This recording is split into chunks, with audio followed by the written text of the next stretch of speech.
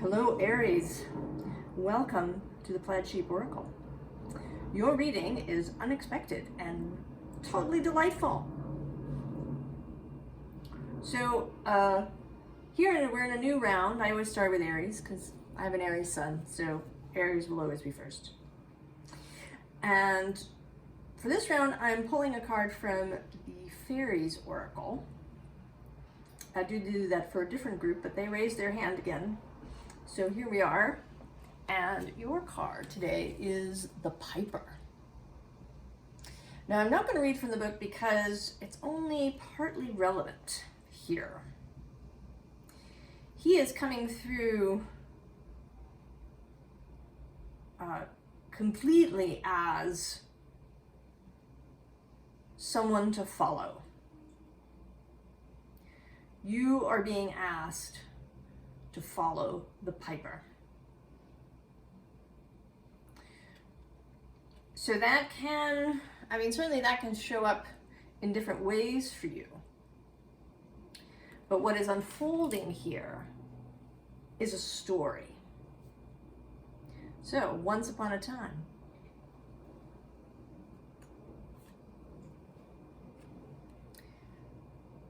there's this Ace of Fire, Ace of Wands, an idea, a passion, something new that has sparked interest, and not just for you, Aries. You are the protagonist of this story. The hero or heroine, as may be.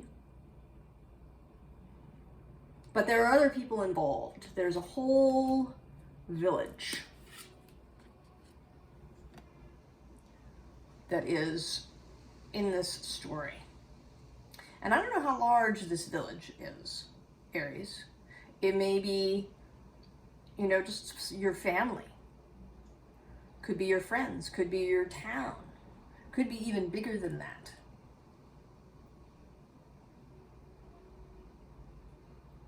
And this village is here to see you off on your quest. All right, they have flowers that they've given you. This is the ancestors, so certainly family plays a part here. Maybe your quest has to do with family history, with undoing something, right? The family curse.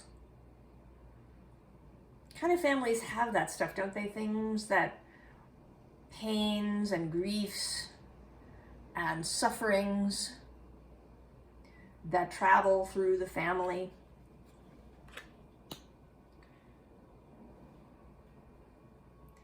That need to stop somewhere. Maybe you've heard that, right? That you're here to change a family pattern. And perhaps that's so.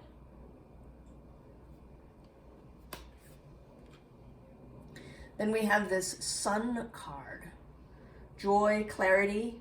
And here, right, these are gifts you're being given before you set off.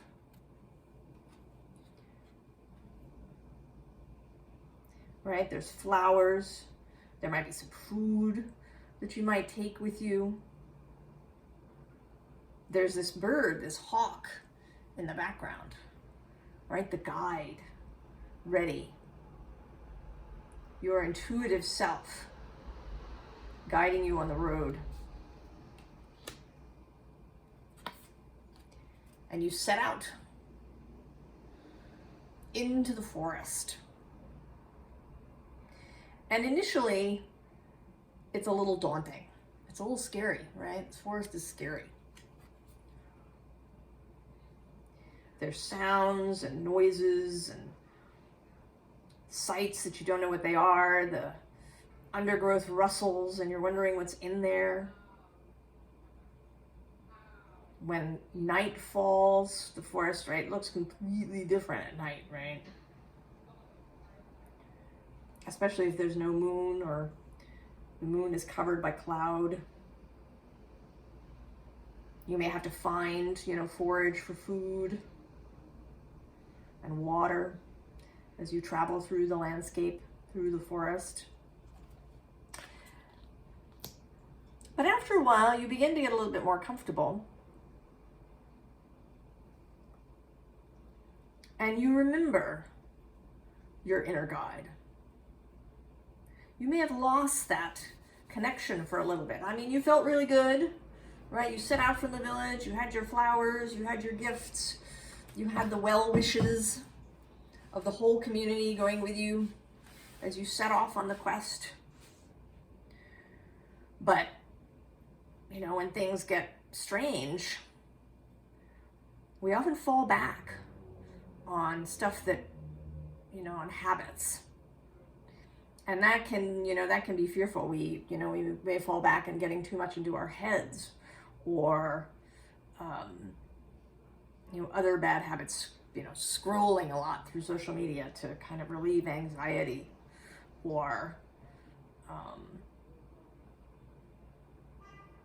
eating food that's not really good for our body.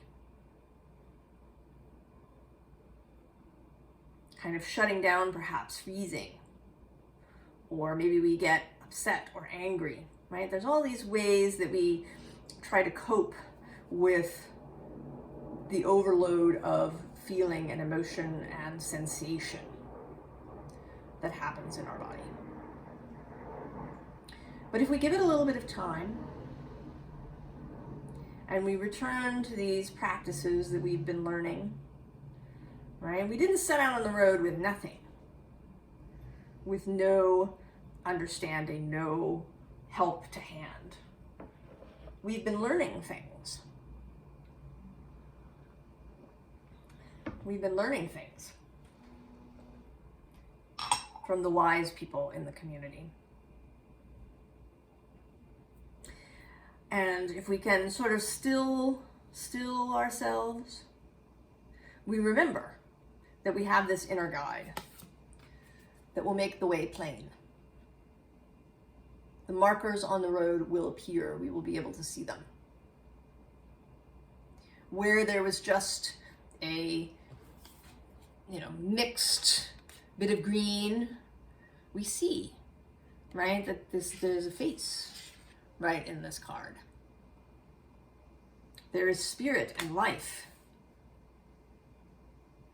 in the forest.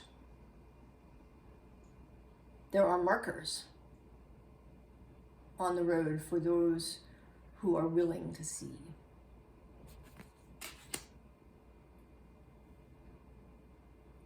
So this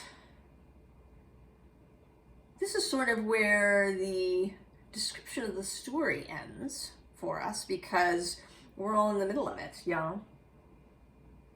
We've just set out.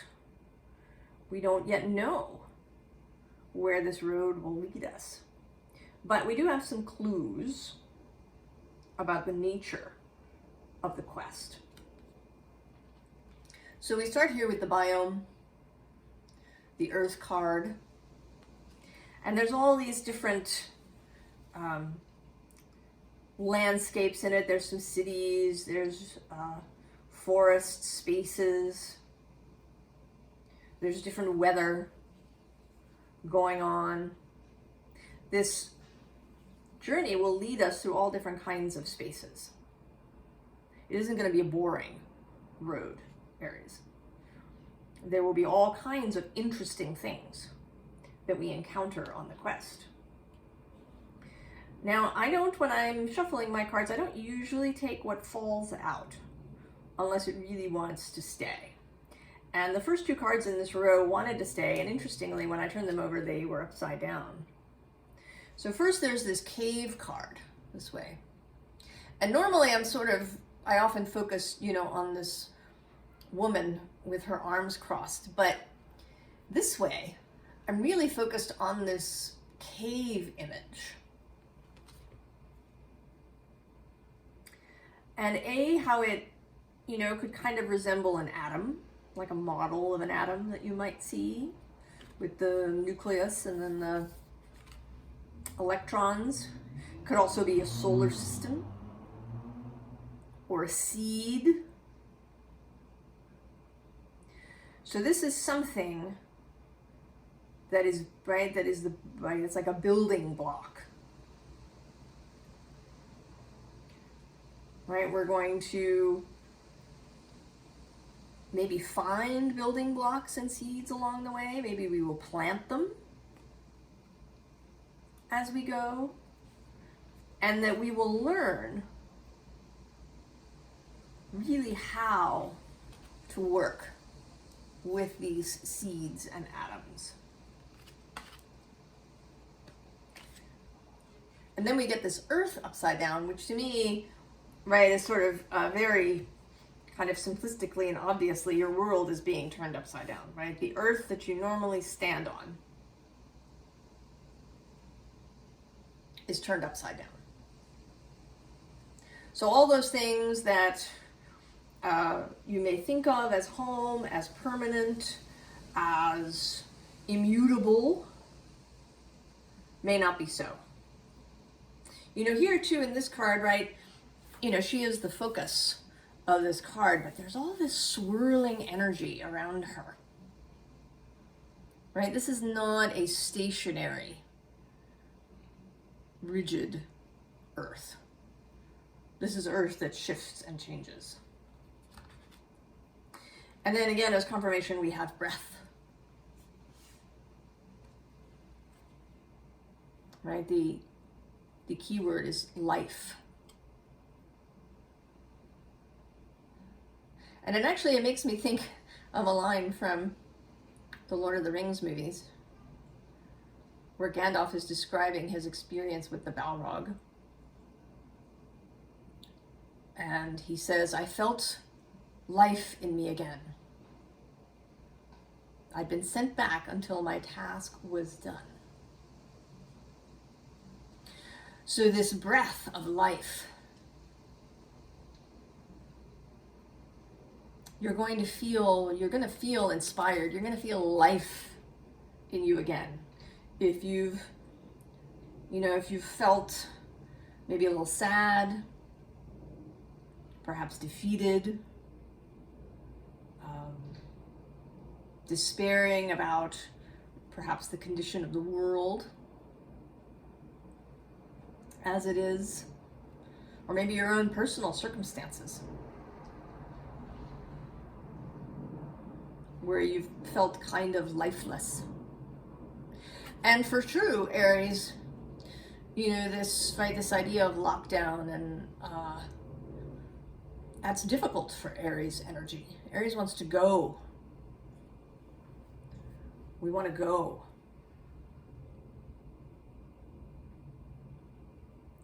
And it may be that you've had, a very difficult time, where even if your circumstances have been fine, maybe your work was fine, but right, the energy of this time period that we're in and have been in.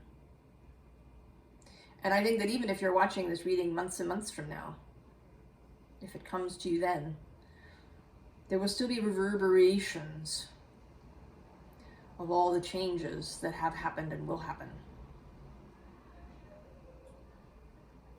And this restriction that I think that we have felt for a long time. Russell at Rustling Around, if you watch his channel, talks about how we had been in this earth energy, right? The last Jupiter-Saturn cycle was Earth, and it had been Earth for a long time, 200 years. And we are now entering this air space, air epoch. And we may really be sort of feeling this, like we can take a breath, like a weight is beginning to lift. And we can take a breath properly for the first time in a long time. So the next row is sort of, well, it starts with the sun as the underlying card. So I'm going to say that the sun is with you, Aries. Right? The sun is exalted in the sign of Aries. Loves being in Aries. This is the underlying energy. And this is followed by the Lovers.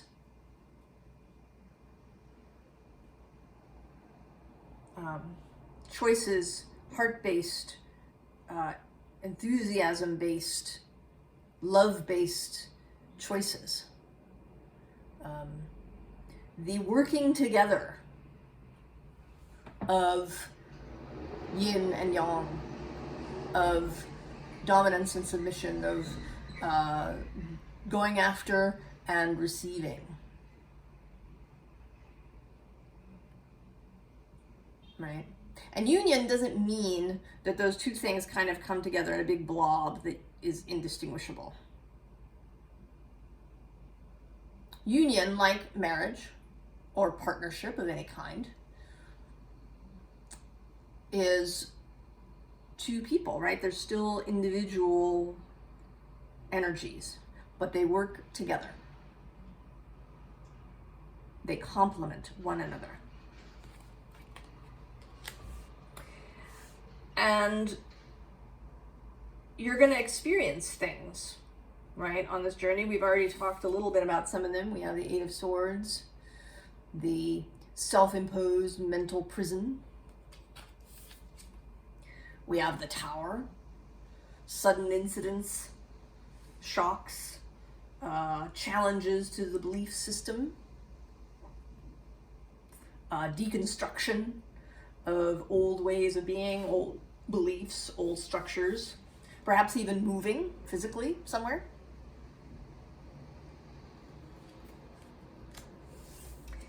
And then, right, the tendency to perseverate, to take those, to keep those nasty, difficult thoughts and internalize them. Right? Stab them into our own heart because we're afraid. So these are the challenges on the road. Those, you know, when you're in the forest and the sun is set and it's dark and you don't know where the road is leading and everything looks different than it did in the daylight. The bushes are now menacing. Every sound may be menacing. Even though in daylight you can see that it was a squirrel. So these moments will come to us because we aren't, partly, right, because we've got all this history and experience and training that we got when we were little, but also because we don't move through a vacuum. We do go out into the world and rub up against people who may not be in the same place, right, in this journey with us. They may not yet have come to this Ace of Fire.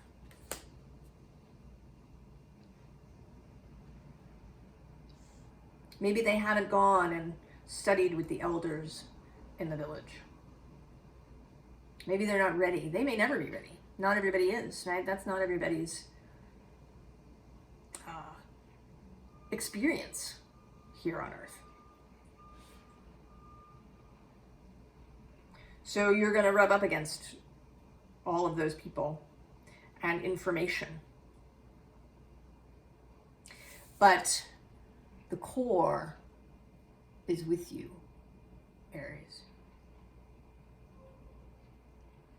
The Knight of Pentacles, he is Virgo energy, the body, devotion.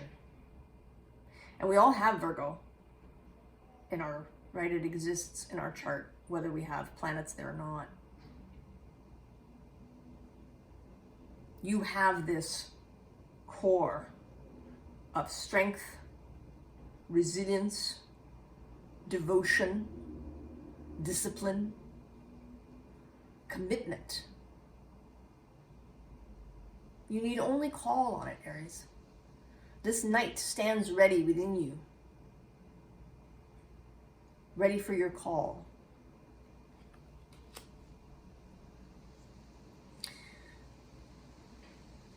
So on a mythic note, right, this journey may have very practical applications, Aries, in your life. It may be that you've embarked on a new career, that maybe you've decided to go back to school for something. You may have picked up and moved across the world somewhere. Maybe you've decided to start a family, to have children. There may be very practical things, but there is underlying this the spiritual, the mystical, the magical. And it wants to be sure that you remember that there is more than meets the eye.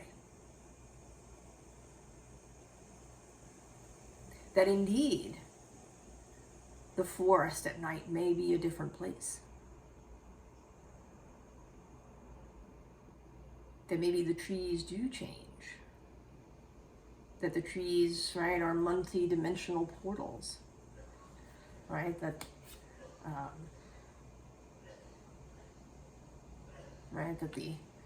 the mushrooms are voyagers across worlds. The crows are psychopomps.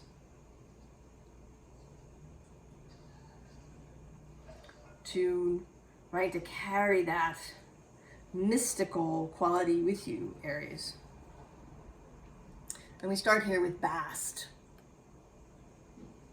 also Ubasti and Bastet,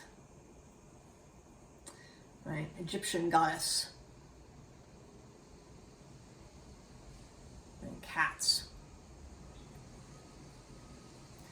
who are, of course, mystical. They were worshipped in Egypt. And they too are kind of psychopompy, though they kind of do their own thing. All right, now the card says Bast is a personification of life and fruitfulness. The quintessential life-affirming mother, she reminds us to be playful and relaxed like a cat and to find occasions to celebrate life. Right, mysticism, the mystic is joyful.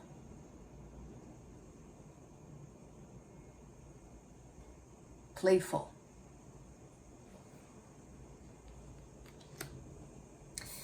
And then this, though it may not seem like it, is the cow.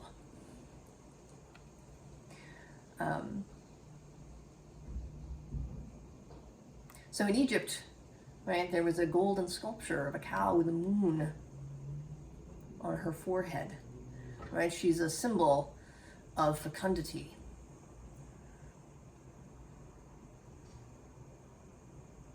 Right, motherhood, milk, growth.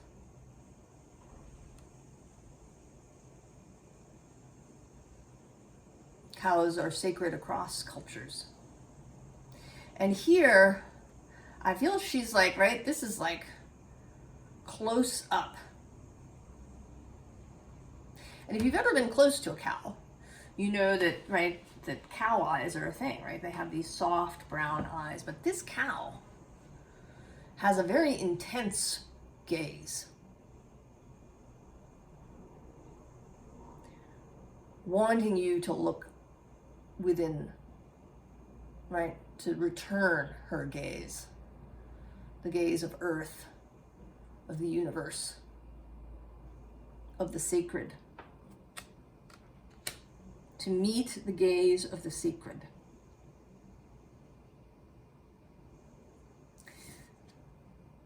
And then Valkyrie, another psychopomp energy. Chooser of the fallen, right? Guiding fallen warriors to Valhalla.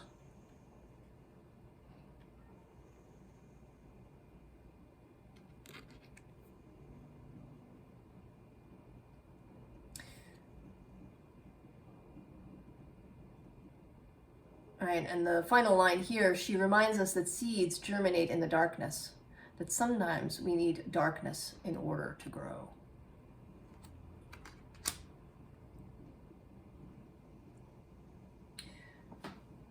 So do not, right, don't forget this mystical, deep aspect as you go along your journey, Aries.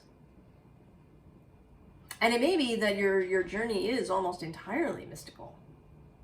Some of you may be on a really spiritual quest and journey that has very little to do with sort of mundane things, right? You're not building a business or changing careers or doing anything of that sort, that it really is a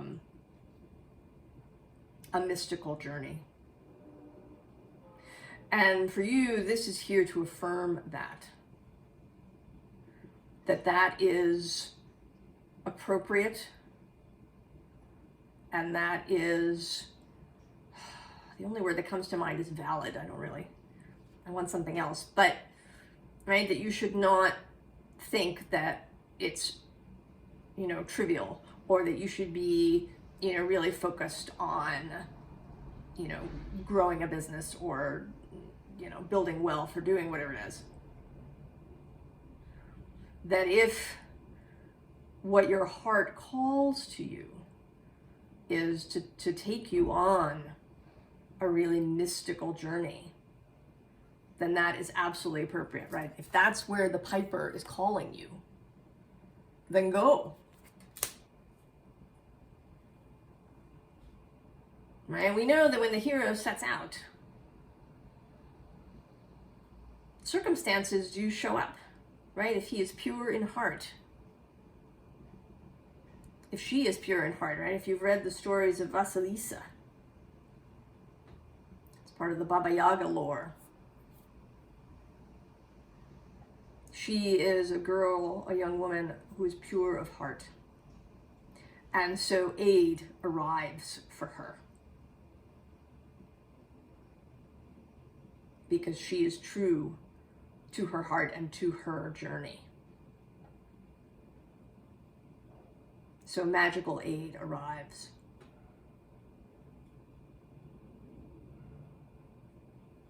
And that is true for us. It is. I mean, right? Like, it seems like it's a story, I know. But the guidance is, in fact, to look to the story. Look to childhood. To how children see things. And I mean little children, below school age children, before society has really had a chance.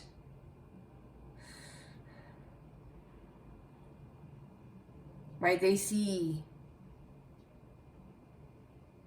the Fae.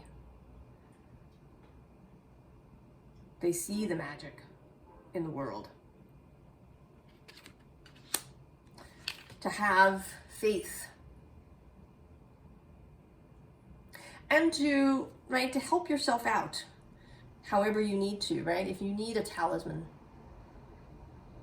to take with you, to carry with you, that helps you to remember.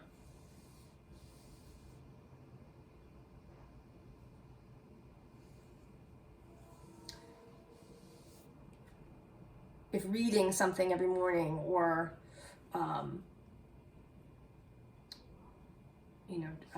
watching something, or listening to particular music or something helps you along the way, you take whatever tools, whatever you need to help you keep faith, to keep trust in yourself, and in the all that is.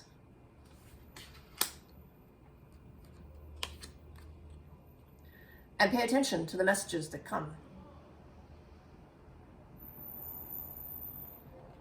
Because they'll come in many different forms and ways. So keep your eyes open. Keep all your internal and external eyes open.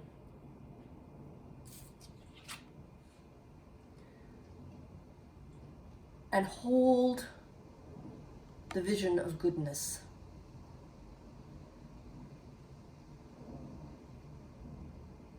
Right? Goodness, that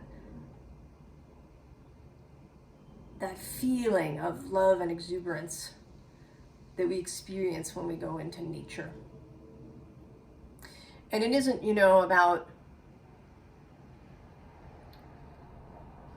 only pretty and good things happening, right? We know that nature includes death, decomposition. But there's no malice. There's no cruelty or sadism or meanness.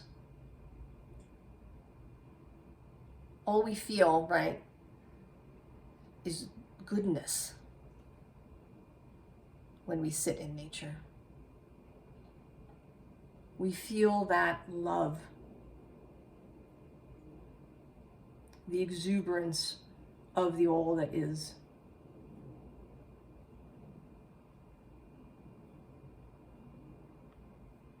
And keep that, right? Trust your heart. Believe your heart.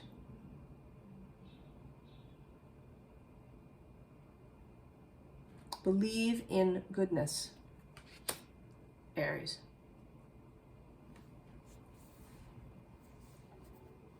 So Aries, I don't know, we're going to see, maybe this story will continue as we continue the readings. And we'll see what comes up for the other signs as we go. Of course, we all have Aries somewhere in our chart. And I do mean for these readings to be for anyone who comes here. So if you've come here, then you are here following the piper. And I wish you luck and fun and joy.